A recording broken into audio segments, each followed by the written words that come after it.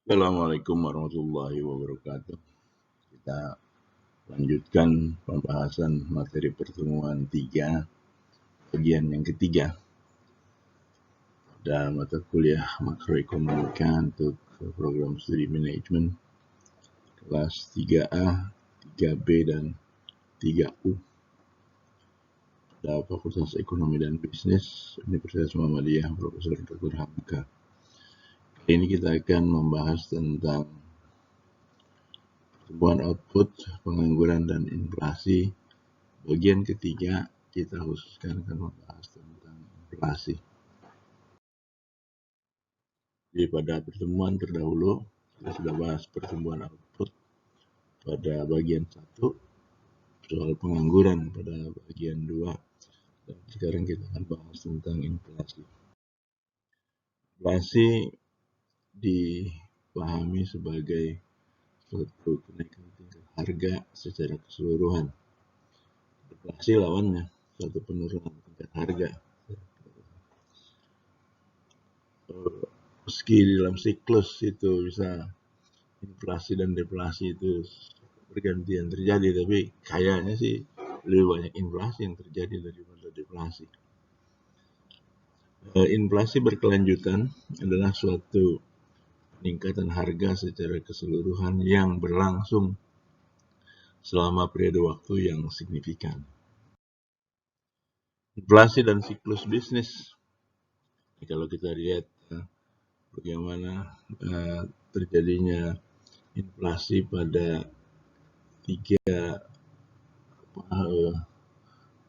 periode ekspansi pertumbuhan ekonomi baik ya. 72, 73, 74 tuh kan ada ekspansi tuh. Inflasinya juga naik. 3,2, 6,2, 11, 76, 77, 78, 79, 80 ini ekspansi. Karena 81, 82, 83 itu resesi, ada resesi di situ. Kita lihat dari sini kan mana periode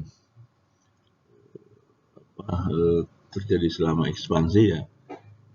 Kalau ekspansi maka inflasi juga akan naik. Gitu. Indeks harga atau price indexes. Indeks harga digunakan untuk mengukur tingkat harga secara keseluruhan. Indeks harga yang mencakup semua barang dan jasa dalam perekonomian disebut indeks harga PDB, GDP Price Index. Indeks harga konsumen adalah indeks harga yang dihitung bulanan menggunakan sekeranjang barang yang mencerminkan sekelompok barang yang dibeli oleh konsumen perkotaan tipikal. Indeks harga konsumen adalah indeks harga tertimbang yang paling populer. Tapi bukan cuma indeks harga konsumen sih yang populer. Nah, indeks harga lain yang juga populer itu adalah indeks harga produsen. Indeks harga produsen merupakan indeks harga yang diterima produsen pada berbagai tahapan proses produksi. 3 kategori utama, barang akhir, final goods, barang antara, intermediate goods, dan bahan mentah.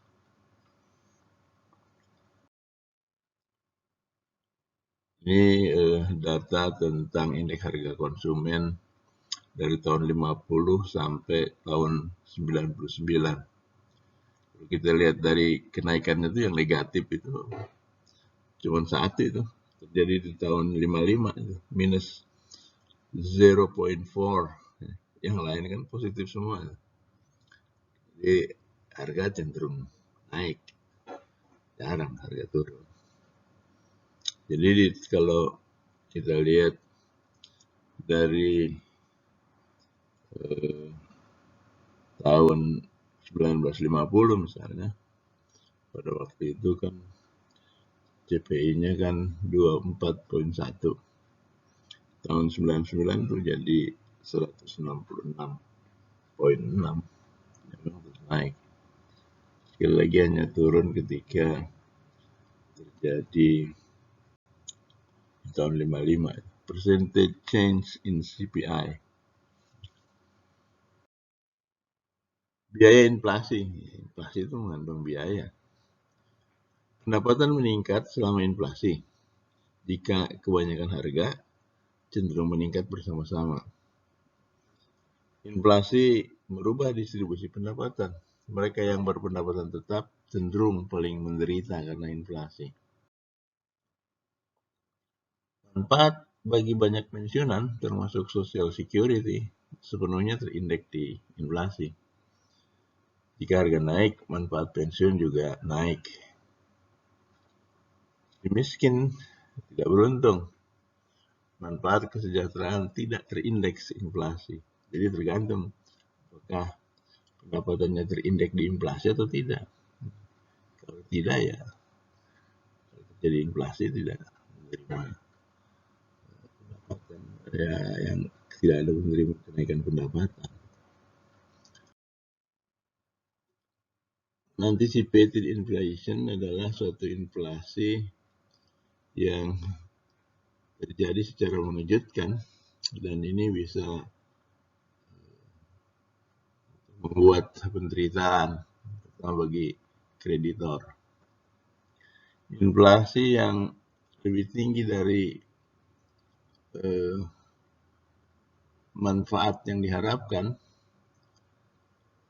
inflasi yang lebih rendah dari manfaat yang diharapkan. Jadi ada dua kemungkinan, bisa lebih rendah atau lebih tinggi. Tingkat suku bunga real adalah perbedaan antara tingkat suku bunga pinjaman dengan tingkat inflasi. Jadi dikurangi inflasi lah, setelah dikurangi inflasi. Inflasi menciptakan biaya-biaya administratif dan inefisiensi. Tanpa inflasi, waktu bisa digunakan secara lebih efisien. Biaya opportunity memegang uang itu, terutama selama masa inflasi, itu tinggi. Orang cenderung megang uang cash lebih sedikit dan jadi lebih sering ke bank. Sekarang kan di ATM kan masalah. Masyarakat yang tidak terinformasi secara penuh tentang perubahan harga dan bisa jadi akan membuat kesalahan di dalam mengalokasikan sumber dayanya, karena harga itu menjadi sinyal bagi alokasi sumber daya yang efisien. Saya kira bahasan tentang inflasi ini sebenarnya cukup menarik karena ada trade-off antara inflasi dan pengangguran. Jadi silakan saudara surfing itu, di kata kuncinya kurva Phillips. Saya pelajari di situ. Ada satu tulisan saya coba nanti saya masukkan di deskripsi ini tentang tentang kurva Phillips untuk kasus Indonesia, Australia dan